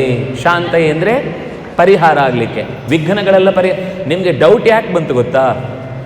ಗಣೇಶ ಅಂತ, ಅಲ್ಲಿ ವಿಘ್ನ ಅಂತಿದೆ ಶಬ್ದ. ಆದ್ದರಿಂದಾಗಿ ಈಗ ಕ್ಲಾಸಲ್ಲಿ ಏನಾದರೂ ತೊಂದರೆ ಬಂದರೆ ನೀವು ಕೂಡ ಪರಿಹಾರ ಮಾಡ್ತೀರಿ. ಮಾತಾಡಬೇಡಿ ಅಂತ ಹೇಳಿ ಕ್ಲಾಸನ್ನು ಸುಮ್ಮನೆ ಮಾಡ್ತೀರಿ. ನೀವು ವಿಘ್ನೇಶ ಅಂತ ಆಗ್ಬಿಡ್ತೀರಿ ಹಾಗಾದರೆ. ಯಾಕೆಂದರೆ ವಿಘ್ನಗಳನ್ನು ಪರಿಹಾರ ಮಾಡಿದ್ರಿ. ವಿಘ್ನಗಳನ್ನು ಪರಿಹಾರ ಮಾಡುವ ಮುಖ್ಯ ದೇವತೆ ಅಂತ ಅವನಿಗೊಂದು ಹೆಸರಿದೆ, ವಿಘ್ನೇಶ ಅಂತ. ಅವನಿಗೆ ಮಾತ್ರ ಇರಬೇಕಾದ್ದಿಲ್ಲ, ಯಾರು ವಿಘ್ನ ಬೇಕಾದರೂ ಪರಿಹಾರ ಮಾಡ್ಬೋದು. ಆದರೆ ಎಲ್ಲರ ವಿಘ್ನವನ್ನು ಪರಿಹಾರ ಮಾಡುವುದರ ಜೊತೆಗೆ ನಗುತ್ತಾ 4 ತೋಳುಗಳಿಂದ ಬಿಳಿಯಾದ ಬಟ್ಟೆಯನ್ನು ತೊಟ್ಟವನು ಯಾರು ಅಂದರೆ ವಿಷ್ಣು. ನಿಮಗೆ ಗಣಪತಿ ಅಲ್ಲ ಅನ್ನೋದಕ್ಕೆ ಇನ್ನೊಂದು ಕಾರಣ ಏನು ಗೊತ್ತಾ? ಗಣಪತಿಯ ಧ್ಯಾನದಲ್ಲಿ ನಾವು ಅವರನ್ನು ಚಿಂತಿಸಬೇಕಾದದ್ದು ಕೆಂಪು ಬಟ್ಟೆ. ಗಣಪತಿಗೆ ಮೈ ಕೆಂಪು, ರಕ್ತಾಂಬರೋ ರಕ್ತತನುಹು ರಕ್ತ ಮಾಲ್ಯಾನುಲೇಪನಃ ಅಂತ ಅದಕ್ಕೆ ಸಂಬಂಧಪಟ್ಟ ಧ್ಯಾನ ಬೇರೆ ಇದೆ. ಗಣಪತಿಗೆ ಸಂಬಂಧಪಟ್ಟದ್ದು ಕೆಂಪು ಬಣ್ಣ, ಅವನಿಗೆ ಕೆಂಪು ಇಷ್ಟ. ವಿಷ್ಣುವಿಗೆ ಬಿಳಿ ಇಷ್ಟ. ಹಾಗಾಗಿ ಬಿಳಿಯ ಬಟ್ಟೆಯನ್ನು ಮೈಯನ್ನು ಹೊಂದಿದವನಾಗಿ ನಮಗೆ ರಕ್ಷಣೆಯನ್ನು ಕೊಡುವುದಕ್ಕಾಗಿ ಧ್ಯಾನ ಮಾಡಬೇಕು. ನೋಡಿ, ಇಷ್ಟು ದಿವಸ ನೀವು ಈ ಶುಕ್ಲಾಂಬರಧರಂ ಶ್ಲೋಕ ಹೇಳ್ತಿದ್ರಿ, ಒಂದು ದಿವಸ ಆದರೂ ಇಷ್ಟು ಅರ್ಥ ಮಾಡ್ಕೊಂಡು ಹೇಳಿದ್ದೀರಾ? ಇನ್ನೊಂದು ಹೇಳ್ತೇನೆ, ನೀವು ಅರ್ಥ ಮಾಡ್ಕೊಳ್ಳದೆ ಹೋದಾಗ ನಿಮಗೆ ಪ್ರಾರ್ಥನೆ ಮಾಡೋದು ಬೋರ್ ಆಗುತ್ತೆ, ಪ್ರಾರ್ಥನೆ ಮಾಡೋದಕ್ಕೆ ಇಂಟ್ರೆಸ್ಟ್ ಹೋಗುತ್ತೆ. ಆದರೆ ಇದೇ ನಿಮ್ಗೆ ಅರ್ಥ ಗೊತ್ತಿರಲಿ, ನಗುವ ಆ ಭಗವಂತನ ರೂಪವನ್ನು ಹೃದಯದಲ್ಲಿ ಧಾರಣೆ ಮಾಡಿ ನನ್ನನ್ನು ಯಾವಾಗಲೂ ಕಾಯ್ತಾನೆ ಅಂತ ನಂಬಿ ನಾನು ಪ್ರಾರ್ಥನೆ ಮಾಡಿದರೆ ಪ್ರತಿ ದಿವಸ ಮಾಡ್ತಾ ಮಾಡ್ತಾ ಹೆಚ್ಚೆಚ್ಚು ಅದರಲ್ಲಿ ಭಕ್ತಿ ಬರುತ್ತೆ, ಹೆಚ್ಚೆಚ್ಚು ನನಗೆ ಮಾನಸಿಕವಾಗಿ ನೆಮ್ಮದಿ ಸಿಗುತ್ತೆ, ಮಾನಸಿಕವಾಗಿ ನಾನು ಸ್ಟ್ರಾಂಗ್ ಆಗ್ತೇನೆ. ನನಗೆ ಅರ್ಥ ಗೊತ್ತಾದರೆ ನೀವು ನೋಡಿ, ನಿಮಗೆ ಹಾಡು ಅದರ ಅರ್ಥ ಗೊತ್ತಿದ್ದು ನೀವು ಹಾಡುವಾಗ ಅದರ ಭಾವವೇ ಬೇರೆ. ನಿಮಗೇನೂ ಗೊತ್ತಿಲ್ಲ, ಯಾವುದೋ ಜರ್ಮನ್ ಭಾಷೆದು ಯಾವುದೋ ಝೂ ಝೇ ಅಂತ ಏನೋ ಒಂದು ಹೇಳ್ಕೊಡ್ತಾರೆ ಅಂತ ಇಟ್ಕೊಳ್ಳಿ. ನಿಮ್ಗೆ ಏನೋ ಯಾವುದೋ ಝೂ ಪ್ರಾಣಿಗಳೆಲ್ಲ ತಪ್ಪಿಸ್ಕೊಂಡು ಬಂದು ಒಟ್ಟಿಗೆ ಹಾಡ್ತಾ ಇವೆ ಅಂತ ಅನಿಸುತ್ತೆ, ಹೌದಾ? ಅದರಿಂದಾಗಿ ನಿಮಗೆ ಒಂದು ಹಾಡು ಇಷ್ಟ ಆಗಬೇಕು ಅಥವಾ ಅದರಲ್ಲಿ ಭಾವ ಬರಬೇಕು ಅಂದರೆ ಅದರ ಅರ್ಥ ಆಗಬೇಕು, ಹೌದಾ? ನೋಡಿ, ಇನ್ನೊಂದು ಅಂಶ ನಾವು ಗಮನಿಸಬೇಕಾದ್ದು, ಜಗತ್ತಿನಲ್ಲಿ ಬಹುಶಃ ಭಾರತೀಯರು ಮಾತ್ರ ಇಂಥದ್ದೊಂದು ವಿಚಿತ್ರವಾದ ಅವ್ಯವಸ್ಥೆಗೆ ಬಿದ್ದವರು. ಉಳಿದವರು ಚರ್ಚಿನಲ್ಲಾಗಲಿ ಮಸೀದಿಯಲ್ಲಾಗಲಿ ಅವ್ರು ಏನು ಹಾಡ್ತಾರೆ ಆ ಹಾಡಿನ ಅರ್ಥ ಅವ್ರಿಗೆ ಗೊತ್ತಿದೆ. ಯಾಕೆಂದರೆ ಅವರು ಹಾಡುವ ಅವರ ಭಾಷೆಯಲ್ಲಿ ಹೀಬ್ರುನೋ ಇಂಗ್ಲೀಷೋ ಯಾವುದ್ರಲ್ಲಿ ಹಾಡಿದ್ರು, ಈಗ ಇಂಗ್ಲೆಂಡಲ್ಲಿ ಅವರು ಚರ್ಚಲ್ಲಿ ಪ್ರೇಯರ್ ಮಾಡ್ತಾರೆ ಅಂದರೆ ಅವ್ರಿಗೆ ಇಂಗ್ಲೀಷ್ ಗೊತ್ತಿದೆ, ಓ ಫಾದರ್ ಅಂತ ಬೊಬ್ಬೆ ಹೊಡಿತಾ ಇರ್ತಾರೆ, ಅವರಿಗದು ಅರ್ಥ ಆಗುತ್ತೆ. ಇಲ್ಲಿ ಇವರು ಮಸೀದಿಯಲ್ಲಿ ಕೂಗುವಾಗಲೂ ಕೂಡ ಅವನಿಗೆ ಹೊರತಾದ ಇನ್ನೊಬ್ಬ ದೇವತೆ ಇಲ್ಲ ಅಂತ ಅವ್ರು ಬೊಬ್ಬೆ ಹಾಡ್ತಾ ಇರ್ತಾರೆ, ಅವರಿಗೆ ಅದು ಅರ್ಥ ಗೊತ್ತಿದೆ. ನಮಗೆ ಮಾತ್ರ ನಾವು ಸಂಸ್ಕೃತದಲ್ಲಿ ಹೇಳ್ತಾ ಇರ್ತೇವೆ, ನಮಗಂತೂ ಅರ್ಥ ಗೊತ್ತಿಲ್ಲ, ದೇವರಿಗೆ ಅರ್ಥ ಆಗುತ್ತಲ್ಲ, ಅವನೇನು ದಡ್ನ ಅಲ್ಲ, ಬಿಟ್ಬಿಡೋಣ ಅಂತ ಬಿಟ್ಟುಬಿಟ್ಟಿದ್ದೀವಿ. ಆದ್ದರಿಂದ ನಮಗೂ ದೇವರಿಗೆ ಒಂದು ಕನೆಕ್ಷನ್ ಅರ್ಥದ ಮೂಲಕ ಏನಾಗಬೇಕಿತ್ತೋ ಅದು ಮಿಸ್ ಆಗಿದೆ. ಅದಕ್ಕೆ ಹೇಳಿದ್ದು ನಾನು, ಸಂಸ್ಕೃತ ಕಲಿಯಿರಿ. ನೀವೆಷ್ಟೋ ಹಾಡು ಕಲಿತೀರಿ, ಅದರಲ್ಲಿ ಎಷ್ಟೋ ಶಶಿವದನ ಅಂತ ಬರುತ್ತೆ. ಏನರ್ಥ ಶಶಿವದನ ಅಂದರೆ? ಚಂದ್ರನ ಬಣ್ಣ. ವದನ ಅಂದರೆ ಮುಖ, ಚಂದ್ರನ ಹಾಗೆ ಉರುಟಾದ ಚಂದದ ಮುಖವುಳ್ಳವ ಅಂತ ಅರ್ಥ. ನೀವು ದಾಸ ಸಾಹಿತ್ಯದಲ್ಲೂ ಅನೇಕ ಹಾಡು, ಏನು ಧನ್ಯಳೋ ಲಕುಮಿ ಎಂಥ ಮಾನ್ಯಳು ಅನ್ನೋ ಹಾಡಲ್ಲೂ ಅನೇಕ ಶಬ್ದಗಳು ನಿಮ್ಗೆ ಗೊತ್ತಾಗಲ್ಲ. ನೀವು ಸುಮ್ಮನೆ ಎಲ್ಲರೂ ಹೇಳ್ತಾ ಇದ್ದಾರೆ ಅಂತ ಓ ಅಂತ ಹೇಳ್ತಿರ್ತೀರಿ. ಆದರೆ ಅದರ ಅರ್ಥ ಕ್ಲೀನಾಗಿ ಗೊತ್ತಾದರೆ ನಿಮ್ಗೆ ಹಾಡುವಾಗ ಇನ್ನಷ್ಟು ಅದರಲ್ಲಿ ಇನ್ವಾಲ್ವ್ಮೆಂಟ್ ಬರುತ್ತೆ. ಅದರಿಂದಾಗಿ ಸಂಸ್ಕೃತ ನೀವು ಚೆನ್ನಾಗಿ ಕಲ್ತ್ರೆ ನಮ್ಮ ಸಂಸ್ಕೃತಿಯ ಅಂಶಗಳು ಗೊತ್ತಾಗುತ್ತೆ. ಅದರ ಜೊತೆಗೆ ಡೈಲಿ ನಾವು ಏನು ಜಪ ಪೂಜೆ ಪ್ರೇಯರ್ ಮಾಡ್ತೇವೆ ಅದರ ಅರ್ಥವೂ ಚೆನ್ನಾಗಿ ಗೊತ್ತಾದಾಗ ನಮಗೆ ಹೆಚ್ಚು ಬೇಗ ಸಿದ್ಧಿಯಾಗುತ್ತೆ. ಸರಿ, ಈಗ ಒಂದು ಆಟ ಆಡೋಣ. ರೆಡಿನಾ? 10 ಹೆಸರು ಹೇಳ್ತೇನೆ, ನೆನ್ಪಿಟ್ಕೊಳ್ಬೇಕು. 10 ಅವತಾರದ ಹೆಸರು ಗೊತ್ತಾ? ಹಾಂ, ಮತ್ಸ್ಯ, ಕೂರ್ಮ, ವರಾಹ,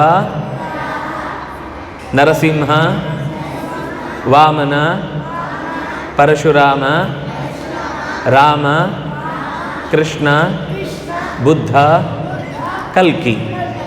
ಕಲ್ಕಿ, ಬುದ್ಧ, ಕೃಷ್ಣ, ರಾಮ, ಪರಶುರಾಮ, ವಾಮನ, ನರಸಿಂಹ, ವರಾಹ, ಕೂರ್ಮ, ಮತ್ಸ್ಯ. ಈಗ ನೀವು ಹೇಳ್ತೀರಾ? ಯಾರು ನೆನ್ಪಿಟ್ಕೊಳ್ತೀರಿ ನೋಡೋಣ, ಒಟ್ಟಿಗೆ ಹೇಳಿ. ಒಗ್ಗಟ್ಟಿನಲ್ಲಿ ಬಲವಿದೆ. ಹಾಂ, ಮತ್ಸ್ಯ,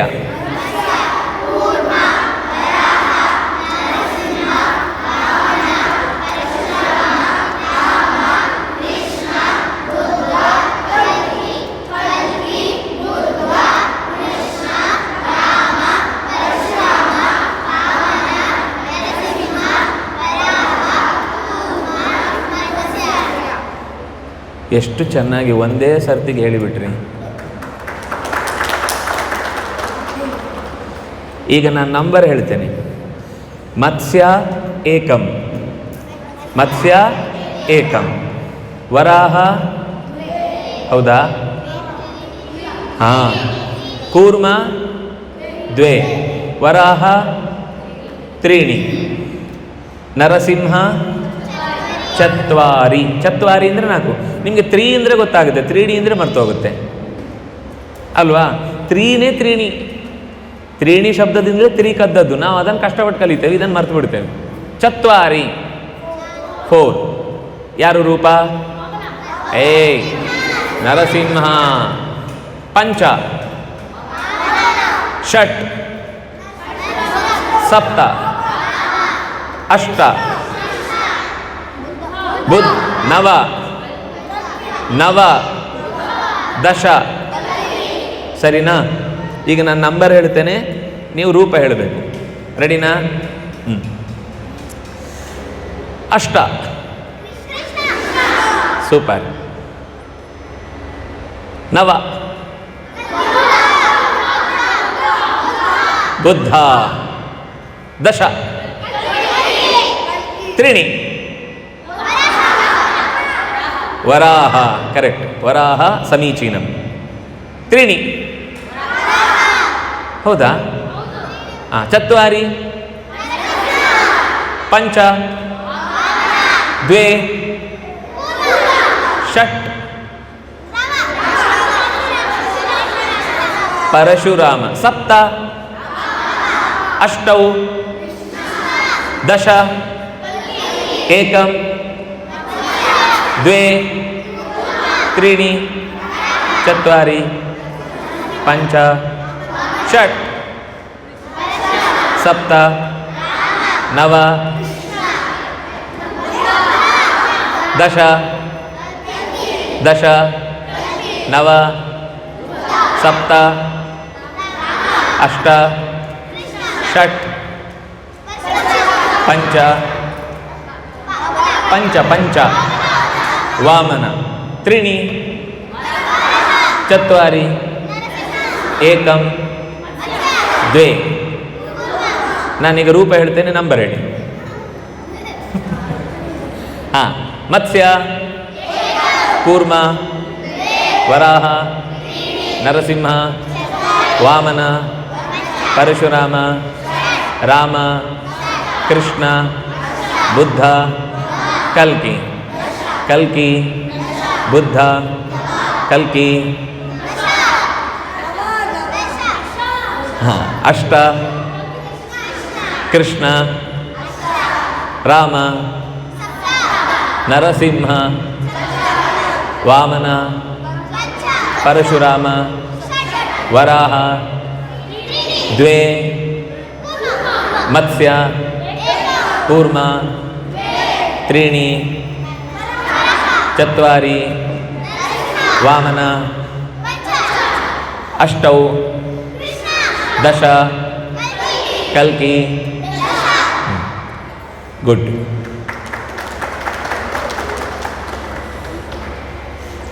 ನಿಮಗೆ ಚೆನ್ನಾಗಿ ನೆನ್ಪುಳಿಬೇಕು ಅಂತಂದರೆ ಈ ಸ್ತೋತ್ರಗಳಿದೆಯಲ್ಲ, ಇದನ್ನು ಬಿಡದೆ ತಪ್ಪಾಗದೆ ಒಂದೇ ಉಸಿರಲ್ಲಿ ಹೇಳಬೇಕು. ಈಗ ನೀವು ನಿಮಗೆ ಶುಕ್ಲಾಂಬರಧರಂ ವಿಷ್ಣು ಬರುತ್ತಲ್ವಾ, ಹೇಳಿ, ನಿಧಾನಕ್ಕೆ ಚಂದ ಮಾಡಿ ಹೇಳಿ ಒಟ್ಟಿಗೆ.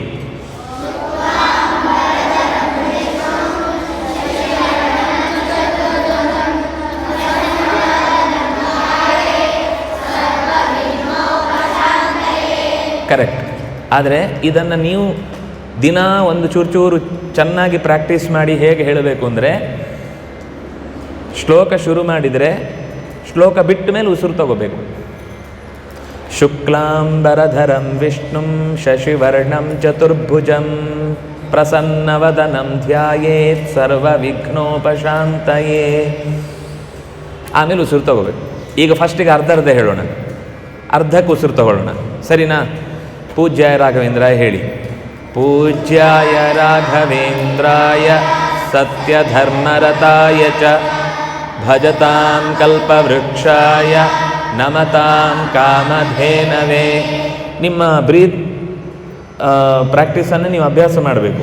ಈ ಮಧ್ಯದಲ್ಲಿ ನಿಲ್ಲಿಸಬಾರ್ದು, ಉಸಿರು ತಗೋಬಾರ್ದು. ನಿಲ್ಲಿಸು ತಪ್ಪಲ್ಲ, ಮಧ್ಯದಲ್ಲಿ ಉಸಿರು ತಗೋಬಾರ್ದು. ಶ್ಲೋಕ ಹೇಳಿ ಆದಮೇಲೆ ಉಸಿರು ತಗೋಬೇಕು. ನೀವು ಈ ಪ್ರಾಕ್ಟೀಸ್ ಮಾಡಿದರೆ, ಇದನ್ನು ಬ್ರೀದಿಂಗ್ ಪ್ರಾಕ್ಟೀಸ್ ಹೇಳಿದರೆ ನೀವು ಪ್ರಾಕ್ಟೀಸ್ ಮಾಡ್ತೀರಿ. ನಾನು ಪ್ರಾಣಾಯಾಮ ಹೇಳಿದ್ರೆ ನಿಮ್ಗೆ ಅರ್ಥ ಆಗಲ್ಲ, ಅಥವಾ ಪ್ರಾಣಾಯಾಮ ಅಂದರೆ ಬಿಟ್ಬಿಡ್ತೀರಿ. ಪ್ರಾಣಾಯಾಮವನ್ನೇ ಅವ್ರು ಬ್ರೀದಿಂಗ್ ಪ್ರಾಕ್ಟೀಸ್ ಅಂತ ಹೇಳೋದು ಅಷ್ಟೇ. ನಿಮ್ಮ ಸ್ಕೂಲಲ್ಲಿ ಹಾಗೆ ಮಾಡಿ ಹೀಗೆ ಮಾಡಿ ಅದಕ್ಕೆ ಜಾಸ್ತಿ ಗಾಳಿ ತೊಗೊಳ್ಳಿ ಅಂತೆಲ್ಲ ಹೇಳ್ತಾರಲ್ಲ, ಇನ್ಹೇಲ್ ಎಕ್ಸೇಲ್ ಅಂತ, ಪ್ರಾಣಾಯಾಮನೇ. ಅದನ್ನು ಮಂತ್ರಪೂರ್ವಕವಾಗಿ ಮಾಡಿದರೆ ಹೆಚ್ಚು ಫಲ. ಅದಕ್ಕೋಸ್ಕರ ನಿಮಗೆ ಪ್ರಾಣಾಯಾಮ ಯಾರು ಮಾಡ್ಬೋದು? ಹಾಂ ಹೇಳು. ಹಾಂ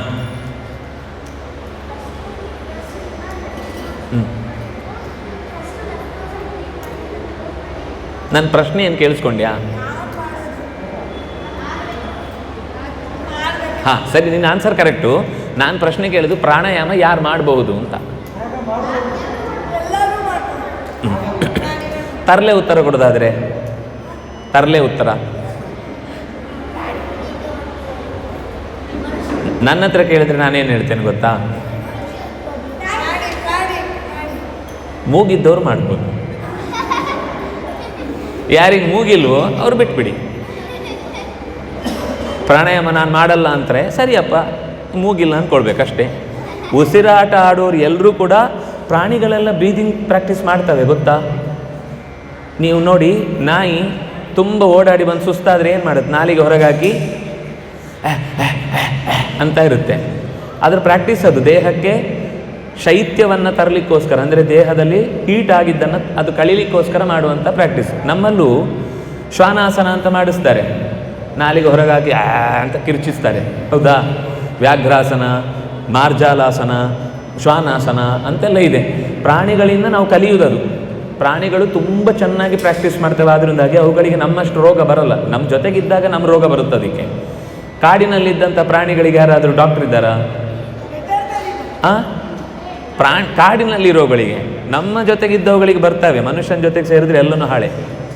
ಆದರೆ ಪ್ರಾಣಿಗಳಿಗೆ ಸಹಜವಾಗಿ ಪ್ರಾಕೃತಿಕವಾಗಿ ಯಾವುದೇ ರೋಗ ಬರೋಲ್ಲ. ಯಾಕೆಂದರೆ ಅವುಗಳು ಚೆನ್ನಾಗಿ ಬ್ರೀದಿಂಗ್ ಪ್ರಾಕ್ಟೀಸ್ ಮಾಡ್ತವೆ. ನಮಗೂ ರೋಗ ಬರಬಾರ್ದು ಅಂದರೆ ನಾವು ದಿನಾ ಪ್ರಾಣಾಯಾಮ ಮಾಡಬೇಕು. ಪ್ರಾಣಾಯಾಮ ಅಂದರೆ ಹೇಗೆ ಅಂತ ನೋಡೋಣವಾ? ಸಿಂಪಲ್ ಪ್ರಾಣಾಯಾಮ. ಅವಳೊಂದೀಗ ಹೇಳಿದ್ಲು, ಅದಲ್ಲ, ಅದಕ್ಕಿಂತಲೂ ಸಿಂಪಲ್ ಆದ ಒಂದು ಪ್ರಾಣಾಯಾಮ ಹೇಳ್ಕೊಡ್ತೇನೆ. ರೆಡಿನಾ? ಎಲ್ಲ ಸರಿ ಕೂತ್ಕೊಳ್ಳಿ, ನೇರ. ಕೈಯಲ್ಲಿ ಚಿನ್ಮುದ್ರೆ, ಬೆನ್ನೆಲ್ಲ ನೇರ ಇರಬೇಕು, ಕತ್ತು ನೇರ ಇರಬೇಕು, ಕಣ್ಣು ಮೆಲ್ಲ ಮುಚ್ಚಬೇಕು, ಗಟ್ಟಿ ಮುಚ್ಚಬಾರದು ಕಣ್ಣು. ಬೆರಳು ಕೂಡ ಚಿನ್ಮುದ್ರೆಯಲ್ಲಿ 2 ಬೆರಳುಗಳು ಹೌದೋ ಅಲ್ವೋ ಅಂತ ತಾಗಿರಬೇಕು. ಸುಮ್ಮನೆ ತೊಡೆ ಮೇಲೆ ಇಟ್ಕೊಳ್ಳಿ. ಮಧ್ಯ ಕಣ್ಣು ಚೂರು ಬಿಡೋದು, ಅರ್ಧದ್ದು ಬಿಡೋದು, ನೋಡೋದು ಎಲ್ಲ ಮಾಡಬಾರ್ದು. ಕಣ್ಮುಚ್ಚು.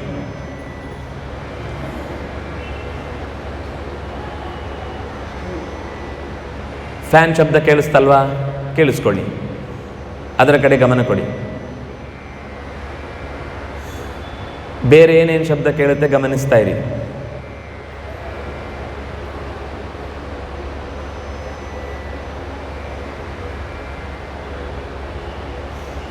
ಈಗ ನಿಧಾನ ಉಸಿರಿನ ಕಡೆ ಗಮನ ಕೊಡಿ. ಎದೆ ಪೂರ್ತಿ ತುಂಬುವ ಹಾಗೆ ನಿಧಾನಕ್ಕೆ ಗಾಳಿ ಒಳಗೆ ತಗೊಳ್ಳಿ. ತಲೆ ನೇರ ಇರಲಿ, ಬೆನ್ನು ನೇರ ಇರಲಿ. ಮತ್ತೆ ಗಾಳಿ ಪೂರ್ತಿ ನಿಮ್ಗೆ ಎಷ್ಟೊತ್ತಾಗುತ್ತೋ ಅಷ್ಟೊತ್ತು, ನಾನು ಇಷ್ಟು ಟೈಮು ಅಂತ ಹೇಳಲಿಲ್ಲ. ನಿಮ್ಗೆ ಎಷ್ಟು ಹೊತ್ತು ಗಾಳಿ ಒಳಗೆ ಪೂರ್ತಿ ತೊಗೊಳ್ಳಿಕ್ಕಾಗುತ್ತೋ ಅಷ್ಟು ಪೂರ್ತಿ ಒಳಗೆ ತೊಗೊಳ್ಳಿ. ಸಾಕಾಯಿತು ಅಂತ ಅನಿಸಿದರೆ ಅಷ್ಟೇ ನಿಧಾನವಾಗಿ ಪೂರ್ತಿ ಗಾಳಿ ಹೊರಗೆ ಬಿಡಬೇಕು ಮಾತ್ರ, ಅರ್ಧ ಗಾಳಿ ಬಿಡಬಾರ್ದು. ಪೂರ್ತಿ ಗಾಳಿ ಬಿಟ್ಟು ಕೂಡಲೇ ಮತ್ತೆ ವಾಪಸ್.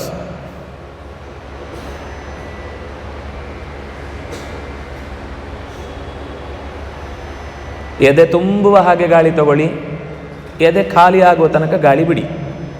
ಆ ಗಾಳಿ ಒಳಕ್ಕೆ ಹೊರಕ್ಕೆ ಹೋಗುವಾಗ ಒಂದು ನಿಮಗೆ ಒಳಗಿನಿಂದ ಫೀಲ್ ಆಗುತ್ತೆ, ಒಂದು ಸ್ಪರ್ಶ ಆಗುತ್ತೆ.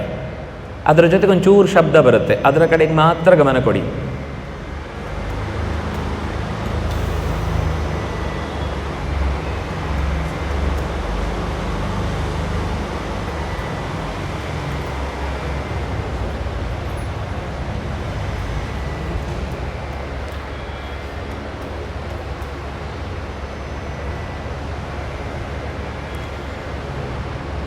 ನಿಮಗೊಂದು 2 ನಿಮಿಷ ಕಷ್ಟ ಆಗ್ಬೋದು ಅಂತ ಅನ್ನಿಸುತ್ತೆ, ಆದರೆ ಹಠ ಮಾಡಿ ಒಂದು 5 ನಿಮಿಷ ಮಾಡಿ, ಆಮೇಲೆ ನಿಮಗೆ ಬಿಡ್ಲಿಕ್ಕೆ ಮನಸ್ಸು ಬರಲ್ಲ.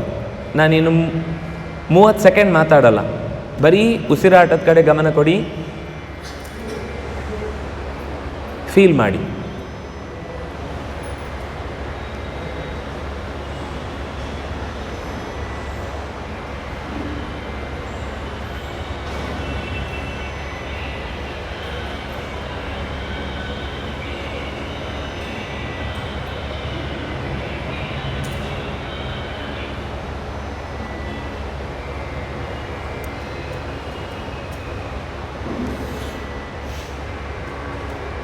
ನಿಧಾನಕ್ಕೆ ನಿಮಗೆ ಇಷ್ಟವಾದ ಭಗವಂತನ, ಈಗ ನಾವು ಶುಕ್ಲಾಂಬರಧರಂ ನೆನಪಿಸ್ಕೊಂಡ್ವಲ್ಲ ಶ್ಲೋಕದಲ್ಲಿ, ಬಿಳಿಯಾದ ಬಟ್ಟೆಯನ್ನು ತೊಟ್ಟ 4 ತೋಳುಗಳುಳ್ಳ ನಗುವಿನ ಮುಖದಿಂದ ಕೂಡಿರುವ, ತಲೆ ಮೇಲೊಂದು ಕಿರೀಟ, ಕಿವಿಗೆ ಚಂದದ ಓಲೆ, ತೋಳಿಗೆ ಒಂದು ಆಭರಣ, ಕಡಗ, ಕೈಗೆ ಉಂಗುರಗಳು, ಕಾಲಿಗೆ ಗೆಜ್ಜೆ, ಒಳ್ಳೆಯ ಪಟ್ಟೆ ಪೀತಾಂಬರ, ಹಾಗೆ ಇರುವ ಭಗವಂತನನ್ನು ನಿಮ್ಮ ಹೃದಯದಲ್ಲಿ ಪ್ರತಿಷ್ಠೆ ಮಾಡಿ, ಅವನ ನಗುವ ಮುಖವನ್ನು, ಕಣ್ಣನ್ನು ನೋಡಿ, ಅದು ನಿಮ್ಮನ್ನು ನೋಡ್ತಾ ಇದೆ ಅಂತ ಫೀಲ್ ಮಾಡಿ, ನೀವು ಅದನ್ನು ನೋಡ್ತಾ ಸಂತೋಷ ಪಡಿ.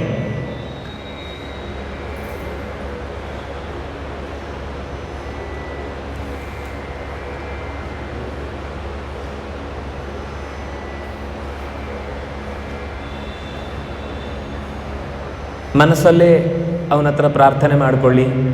ನಿಮಗೇನು ಮನಸ್ಸಿನಲ್ಲಿ ಬಯಕೆಗಳು, ಅಪೇಕ್ಷೆಗಳಿದೆಯೋ ಅದನ್ನು ದೇವರ ಹತ್ರ ಹೇಳ್ಕೊಳ್ಳಿ.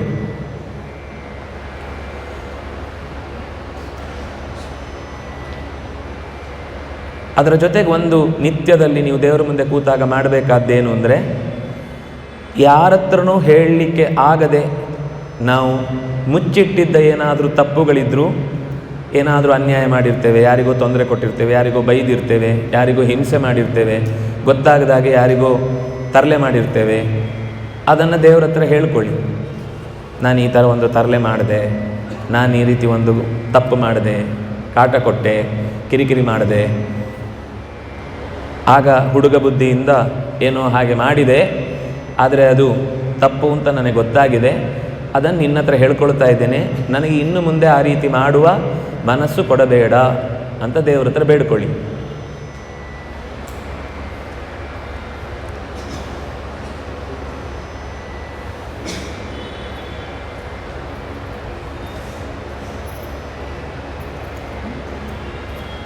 ದಿನವೂ ನಮ್ಮ ಅಪ್ಪ ಅಮ್ಮನಿಗೆ ಚೆನ್ನಾಗಿ ನಾವು ಗೌರವದಿಂದ ಕಾಣುವ ಹಾಗೆ ಮಾಡು.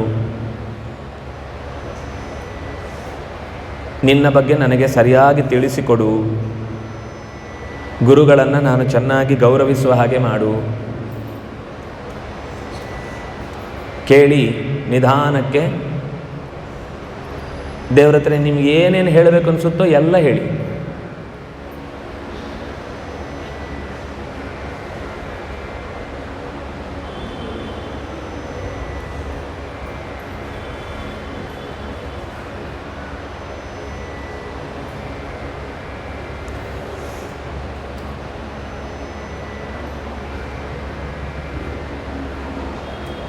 ಎರಡು ಕೈ ನಿಧಾನಕ್ಕೆ ಮುಗೀರಿ.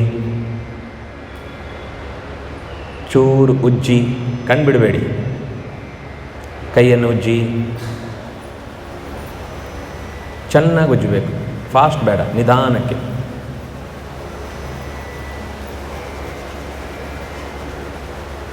ಮುಖಕ್ಕೆ ಒತ್ತಿಕೊಳ್ಳಿ, ಕಣ್ಬಿಡಬೇಡಿ. ಕಣ್ಣಿಗೆ ಮೆತ್ತಗೆ ಮುಟ್ಕೊಳ್ಳಿ, ಮೆತ್ತಗೆ. ಕೈ ನಿಧಾನಕ್ಕೆ ಮುಂದೆ ಮಾಡ್ತಾ ಕೈಯನ್ನೇ ನೋಡ್ತಾ ಕಣ್ಬಿಡಿ.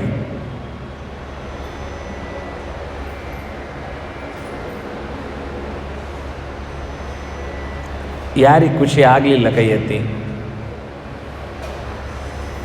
ಯಾರಿಗೆ ಖುಷಿ ಆಯಿತು ಕೈ ಎತ್ತಿ? ಇದು ದಿನ ನೀವು ಮನೇಲಿ ಮಾಡಿದರೆ, ಇಷ್ಟು ಖುಷಿಯಿಂದ ನೀವು ಶಾಲೆಗೆ ಹೋದರೆ ಒಂದೇ ನಿಮಿಷದಲ್ಲಿ ನಿಮ್ಗೆ ಅವ್ರು ಏನು ಹೇಳಿದ್ರು ಅರ್ಥ ಆಗುತ್ತೆ, ಅದನ್ನು ನೆನ್ಪಿಟ್ಕೊಳ್ಳೋ ಶಕ್ತಿ ಬರುತ್ತೆ. ಇದು ಈ ಚಿನ್ಮುದ್ರೆ ಇದೆಯಲ್ವಾ, ಇದಕ್ಕೆ ಚಿನ್ಮುದ್ರೆ ಅಂತ ಯಾಕೆ ಹೆಸರು ಗೊತ್ತಾ? ಚಿನ್ ಅಂದರೆ ಚಿತ್ತ, ನೆನಪಿನ ಬುತ್ತಿ. ಚಿತ್ತದಲ್ಲಿ ಚೆನ್ನಾಗಿ ವಿಷಯ ಹೇಳಿದ್ದನ್ನು ಗ್ರ್ಯಾಸ್ಪ್ ಮಾಡುವ ಶಕ್ತಿ ಬರುತ್ತೆ. ನಿಮಗೆ ನೆನಪು ಚೆನ್ನಾಗಿರಬೇಕಾ? ನೆನಪಾಗಬೇಕಾ ಕೂಡಲೇ? ಕೆಲವ್ರಿಗೆ ನೆನಪಿರುತ್ತೆ, ಬೇಕಾದಾಗ ಬರೋಲ್ಲ.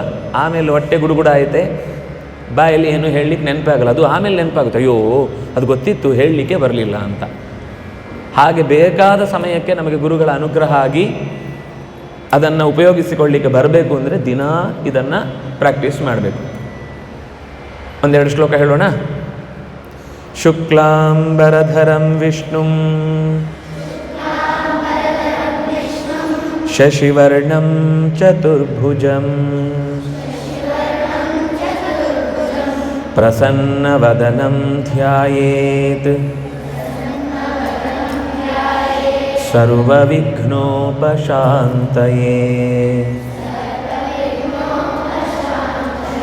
ಕೃಷ್ಣಾಯ ವಾಸುದೇವಾಯ ದೇವಕೀ ನಂದನಾಯ ಚ ನಂದಗೋಪಕುಮಾರಾಯ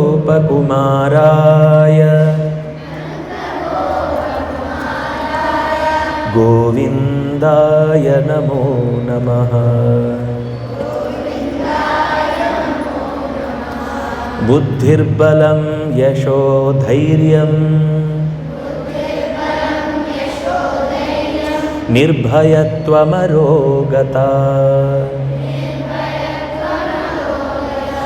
ಅಜಾಡ್ಯಂ ವಾಕ್ಪಟುತ್ವಂಚ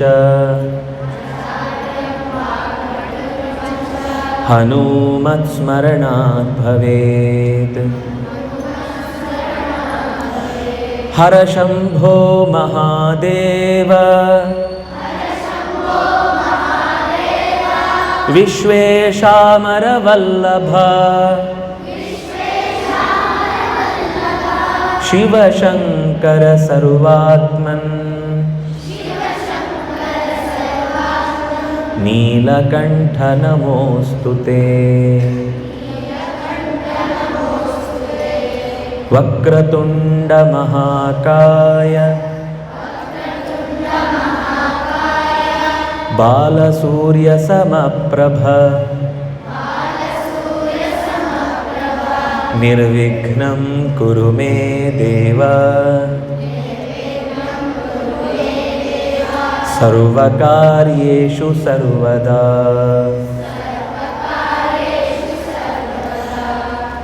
ಕೈ ಮುಗಿದು ಆಯ ನಮಃ ಶ್ರೀಕೃಷ್ಣಾಯ ನಮಃ ಶ್ರೀಕೃಷ್ಣಾಯ ನಮಃ श्रीकृष्णाय नमः श्रीकृष्णाय नमः श्रीकृष्णाय नमः श्रीकृष्णाय नमः श्रीकृष्णाय नमः अच्युतं केशवं व्यासनारायणं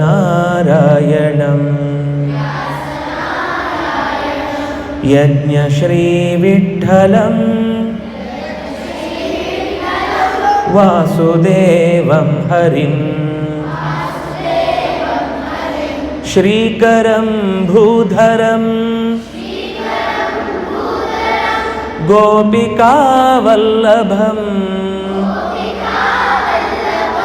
जानकीनायकं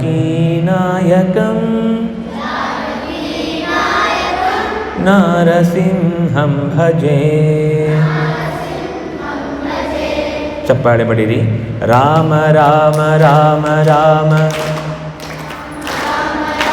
राम नाम पायसं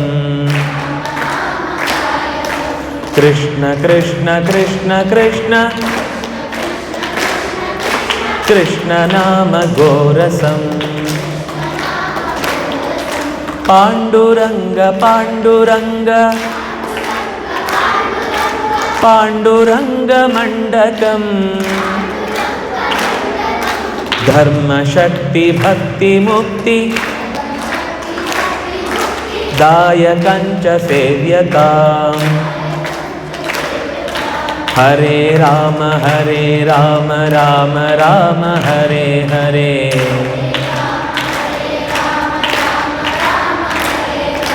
हरे कृष्ण कृष्ण कृष्ण हरे हरे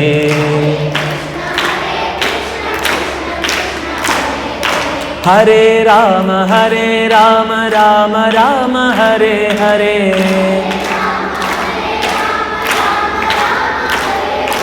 हरे कृष्ण कृष्ण कृष्ण हरे हरे. गट्टी. हरे राम राम राम हरे हरे हरे कृष्ण कृष्ण कृष्ण हरे हरे हरे राम राम राम हरे हरे हरे कृष्ण कृष्ण कृष्ण हरे हरे हरे राम राम राम हरे हरे हरे कृष्ण कृष्ण कृष्ण हरे हरे हरे राम राम राम हरे हरे हरे कृष्ण कृष्ण कृष्ण हरे हरे हरे राम राम हरे हरे हरे कृष्ण कृष्ण कृष्ण हरे हरे हरे राम राम हरे हरे हरे कृष्ण कृष्ण कृष्ण हरे हरे हरे राम राम हरे हरे हरे कृष्ण कृष्ण कृष्ण हरे हरे हरे राम राम हरे हरे हरे कृष्ण कृष्ण कृष्ण हरे हरे हरे राम राम हरे हरे हरे कृष्ण कृष्ण कृष्ण हरे हरे हरे राम राम हरे हरे हरे कृष्ण कृष्ण कृष्ण हरे हरे हरे राम राम राम हरे हरे हरे कृष्ण कृष्ण कृष्ण हरे हरे हरे राम राम राम हरे हरे हरे कृष्ण कृष्ण कृष्ण हरे हरे अच्युतानंत गोविंद नामोच्चारण भीषिताः नश्यन्ति सकला रोगाः सत्यं सत्यं वदाम्यहम् अच्युतानंत गोविंद स्मृतिमात्रार्तिनाशन रोगान्मे नाशया शेषान् आशु धन्वन्तरे हरे अच्युताय नमः अनन्ताय नमः गोविन्दाय नमः नारायणाय नमः। जय श्री राम, जय श्री राम, जय श्री राम, जय जय श्री राम।